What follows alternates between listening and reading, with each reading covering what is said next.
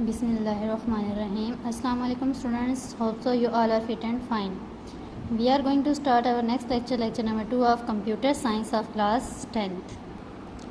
In previous lecture we discussed about the steps of problem solving method.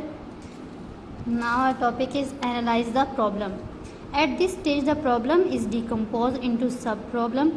Rather on the concerning the bigger problem as a whole, we try to solve each sub-problem separately. This leads to a solution. देखिए इससे पिछले lecture में आपने पढ़ा था कि हमारे पास जो है प्रॉब्लम सॉल्व करने के हमारे पास 9 मेथड्स होते हैं, 9 स्टेप्स होते हैं.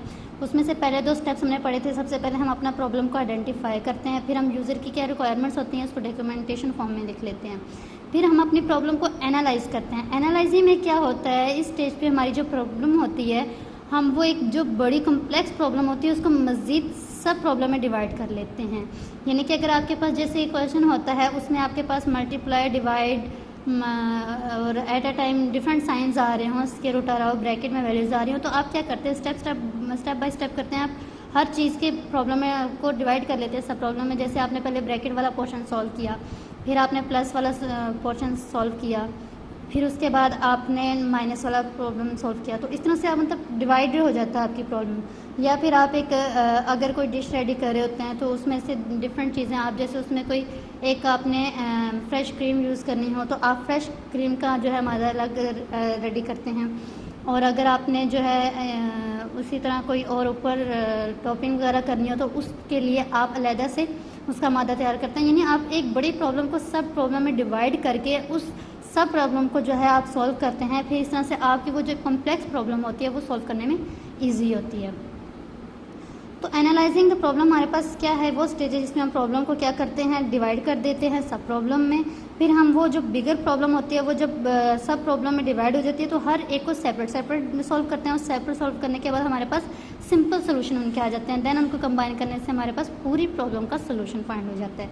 This technique is known as top down design. It is also called divide and conquer rule. 2 name हैं इसके. First is top down design and second is divide and conquer rule. किसी भी नाम से ये डेफिनेशन ये टॉपिक आ सकता है. How we may ask certain questions to approach the right solution. सबसे पहले तो हम किस तरह से अपने उस सोल्यूशन तक कैसे अप्रोच करते हैं, अपने क्वेश्चन तक क्या क्या उसमें क्वेश्चन हो सकते हैं. How many solution are there to give the problem. यानी हमारे पास जो प्रॉब्लम गिवन होती है उसके कितने सोल्यूशन हो सकते हैं. एक ही प्रॉब्लम के डिफरेंट सोल्यूशन हो सकते हैं. तो सबसे पहले हम देखते हैं कि कितने सोल्यूशन मौजूद हैं. Which one is best. फिर हम जो सोल्यूशन होते हैं उन तमाम को एनालाइज करते हैं कि उनमें से बेस्ट कौन सा सोल्यूशन है, आइडेंटिफाई करते हैं उसको. कैन द प्रॉब्लम भी सॉल्व ऑन द कंप्यूटर. फिर हम चेक करें कि हमारे को क्या वो प्रॉब्लम सॉल्व हो भी सकती है कंप्यूटर पे. What are input and output. हमारी उसमें इनपुट क्या होगी, हम क्या खुद से उसमें एंटर करेंगे और हमें उसका रिजल्ट क्या मिलेगा. How can the bigger problem can be divided into सब प्रॉब्लम. जो हमारी वो बिगेस्ट प्रॉब्लम होगी, वो बिगेस्ट हमारा जो टास्क होगा उसे हम कैसे स्मॉल में पार्ट्स में डिवाइड कर सकते हैं. तो ये है आपका एनालाइजिंग द प्रॉब्लम. नेक्स्ट है आपके पास इसके अलावा एनालाइजिंग द प्रॉब्लम के मैं आपको प्रॉपर डेफिनेशन मार्क करवा देती हूँ, आपने वो भी देखनी है. What is analysing the problem. The process of understanding the problem for developing its solution called analysing problem और analysis of problem. Analysing the problem की हमारे पास प्रॉपर डेफिनेशन क्या होगी, ऐसा महला ऐसा प्रोसेस जो हमें क्या करता है, अंडरस्टैंड करने में मदद देता है, अपने प्रॉब्लम के सोल्यूशन को डेवलप करने में अंडरस्टैंड करता है. ये क्या कहलाता है हमारे पास, एनालाइजिंग द प्रॉब्लम या फिर एनालिसिस ऑफ प्रॉब्लम. ये आपकी एनालाइजिंग द प्रॉब्लम की डेफिनेशन है. ये जो आपकी डेफिनेशन है एट दिस स्टेज से लेकर कनकेयर रूल तक, ये आपकी डेफिनेशन बनेगी टॉप डाउन डिज़ाइन की या फिर डिवाइड एंड कनकेयर रूल की. या फिर अगर आपके पास आ जाए what is the importance of analysis of the problem, तो इम्पोर्टेंस में भी आप ये पॉइंट्स लिख सकते हैं. नेक्स्ट आपके पास design algorithm and draw flow chart. Algorithm क्या होता है, फ्लो चार्ट क्या होता है. Designing the algorithm requires to develop a finite set list of steps to solve a problem. It is then verified the whether algorithm solves the problem or intend or not. Writing algorithm is often the most difficult part of the problem solving process. Most computer algorithms perform at least following 3 steps. वो क्या कह रहे हैं कि हमें अपने किसी भी जब एनालाइज कर लेते हैं अपने प्रॉब्लम को, उसके बाद हम उसका डिज़ाइन करते हैं, एल्गो डिज़ाइन करते हैं और फ्लो चार्ट डिज़ाइन करते हैं। फ्लो चार्ट से पहले हम देखते हैं कि हमारे पास एल्गो क्या होता है। एल्गोरिथम हमारे पास फाइनाइट लिस्ट ऑफ स्टेप्स होते हैं। क्या है algorithm? Finite list of steps, यानी कि हम अपनी प्रॉब्लम को जिस स्टेप्स में सॉल्व करेंगे वो स्टेप्स आप अपने पास रिटन फॉर्म में लिख लें, बना लें अपने पास। या सबसे पहले हम क्या करेंगे अपनी प्रॉब्लम के लिए, हमें जैसे अगर आप कोई डिश भी रेडी करने लगते हैं तो आप उसकी सबसे पहले रेसिपी लिख लेते हैं कि सबसे पहले हमें ये चीज़ें हम अपनी कलेक्ट करेंगे, फिर उसके बाद हम फर्स्ट स्टेप अपना ये चूल्हा ऑन करेंगे, उसके बाद हम उसके ऊपर अपना पतीले रखेंगे, फिर उसके अंदर हम सबसे पहले चीज़ तेल डालेंगे। तो इस तरह एक एक स्टेप जो है वो आप अपना राइट कर लेते हैं। तो ये जो आप स्टेप्स रिटन फॉर्म में जो स्टेप्स होते हैं ये आपका एल्गोरिथम होता है। सबसे डिफ़िकल्ट मेथड ही या स्टेप ही आपका एल्गोरिथम होता है, क्योंकि आपकी तमाम डिज़ाइनिंग एंड इम्प्लीमेंटेशन जो है वो एल्गोरिथम पे डिपेंड कर रही होती है। अगर आपका एल्गोरिथम करेक्ट होगा तो आपकी तमाम डिज़ाइनिंग करेक्ट होगी। इसके क्या हमारे पास 3 स्टेप्स हैं। सबसे पहले गेट डाटा, हम तमाम डाटा इकट्ठा कर लेते हैं, इनपुट ले लेते हैं कि हमारे पास क्या क्या डाटा मौजूद होगा। परफॉर्म कंप्यूटेशन, यानी हमारा प्रोसेस होगा जो हमने डाटा कलेक्ट कर लिया, फिर उसके ऊपर क्या प्रोसेस होगा। फिर डिस्प्ले रिजल्ट, फिर देन उसका आउटपुट होता है। एल्गोरिथम में ये 3 चीज़ें आती हैं, हम तीनों चीज़ों को डिस्क्राइब करते हैं। Once the algorithm has been design it should be verified through desk checking. जब हम अपना एल्गोरिथम बना लेते हैं तो हम उसके ऊपर एक चेकिंग लगाते हैं, डेस्क चेकिंग जिसका नाम है। Desk checking is an important part of algorithm design that is often overlooked. To desk check an algorithm, we must carefully perform each algorithm step just as computer would do and verify the algorithm was as desired. The time and effort can be solved by locating and rectifying algorithm error at this stage.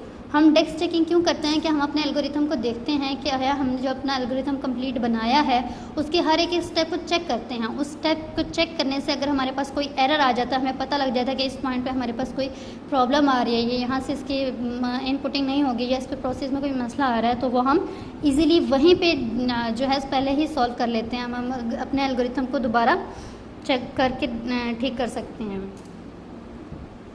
This time and अब हम देखते हैं इसकी proper definition देख लेते हैं। अब programme, सबसे पहले अपना प्रोग्राम की डेफिनेशन है। Program is a set of instruction given to the computer to solve a particular problem. It is written in a programming language. जो प्रोग्राम है वो हमारे पास क्या होता है? सेट ऑफ इंस्ट्रक्शन होता है। आप अपने 9th क्लास में पढ़ चुके हैं प्रोग्राम के बारे में कि हमारे पास इंस्ट्रक्शंस होती हैं, उनका पूरा एक जो सेट होता है गिवन किसी भी कंप्यूटर में किसी भी मेथड को, किसी भी प्रॉब्लम को या किसी भी टास्क को सॉल्व करने के लिए जो स्टेप्स यूज़ होते हैं या सेट ऑफ इंस्ट्रक्शन यूज़ होते हैं वो हमारा प्रोग्राम कहलाता है। It is written in a programming language. वो कौन सी लैंग्वेज में लिखा जाता है? प्रोग्रामिंग। जैसे कि आपने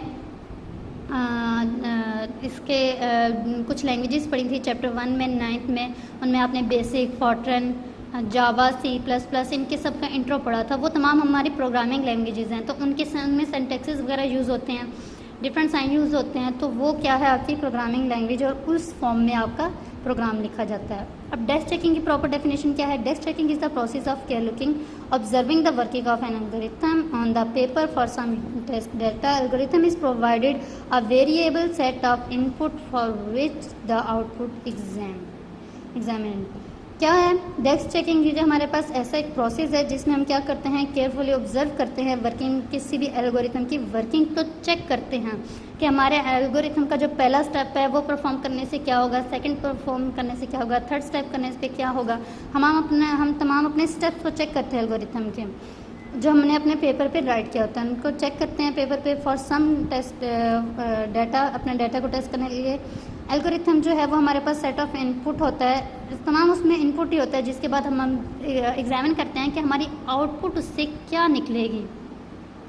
जैसे अगर आप एक मैथ का सवाल भी लेते हैं तो आप रिटर्न करते हैं कि हमने जो है एडिशन लेना है, हमने 4 से 5 वैल्यूज़ का, तो आप एडिशन लिखते हैं। फिर आप उसमें से देखते हैं कि आप सबसे पहले कौन सी वैल्यूज़ को करेंगे, फर्स्ट 2 वैल्यूज़ को करेंगे, फिर उसका जो सोल्यूशन आएगा, फिर उसको थर्ड वैल्यूज़ के साथ, फिर जो सोल्यूशन आएगा 4, मतलब इस तरह से आप बाकायदा स्टेप्स करते हैं रिटर्न फॉर्म में।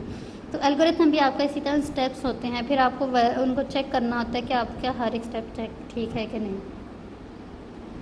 नेक्स्ट आपके पास ड्रा द फ्लो चार्ट। जब आपका एल्गोरिथम करेक्ट हो जाता है फिर आप फ्लो चार्ट डिज़ाइन करते हैं। वो क्यों करते हैं, ये फ्लो चार्ट होता है क्या है वो हम आगे देखते हैं।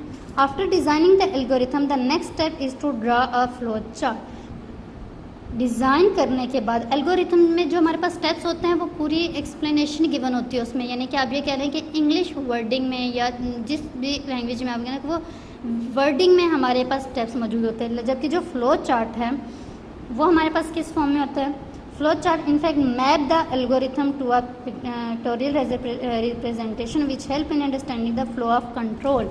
फ्लो चार्ट हम क्यों बनाते हैं, हमारा जैसे हम कोई अपने असाइनमेंट भी बनानी हो तो सबसे पहले हम उसके स्टेप्स लिख लेते हैं, फिर हम उसको डिज़ाइन कर लेते हैं, यानी आप कोई डायग्राम बनाते हैं, बाकायदा डायग्राम बनाने से पहले आपके उसके सारे स्टेप्स या उसके पार्ट्स अगर लिख लेते हैं, फिर आप उसकी जब डायग्राम बनाते हैं कि सबसे पहले डायग्राम में हमारा ये हिस्सा बनेगा, सेकंड ये हिस्सा बनेगा, थर्ड उससे नेक्स्ट हिस्सा जो भी बन रहा है, तो इसी तरह से आपकी ये डिज़ाइनिंग फॉर्म होती है, आपकी पिक्टोरियल रिप्रेजेंटेशन होती है, जिसमें हम फ्लो ऑफ कंट्रोल देखते हैं कि हमारे सबसे पहले चीज़ क्या यूज़ होगी, फिर सेकंड चीज़ क्या होगी, पहले इनपुटिंग होगी, फिर उसके बाद हमारे पास इनपुट में क्या क्या वैल्यूज़ हम लेंगे, उसके बाद हमारे पास प्रोसेसिंग आ जाएगा, प्रोसेसिंग में हमने क्या स्टेप करना है, प्रोसेसिंग में हमने ये भी देखते हैं हम डिसीजन मेकिंग होता है हमारा कि अगर हमारा ये स्टेप प्रोसेस हो रहा है तो उसका ये रिज़ल्ट निकलेगा, और अगर हमारा ये स्टेप फेल हो जाता है, ये प्रोसेस नहीं होता, तो उसकी बेस पे हमारा क्या स्टेप निकलेगा। तो वो ये तमाम फ्लो ऑफ कंट्रोल जो है किस में होता है हमारे पास, फ्लो चार्ट में। Flow of control and data in the algorithm we shall discuss in detail the way of flow chart in drawn later in this chapter. बाकी हम इसके बारे में मज़ीद तफसील आगे इसके अपना टॉपिक आएगा उसमें पढ़ेंगे। नेक्स्ट टॉपिक है आपके पास राइट द प्रोग्राम।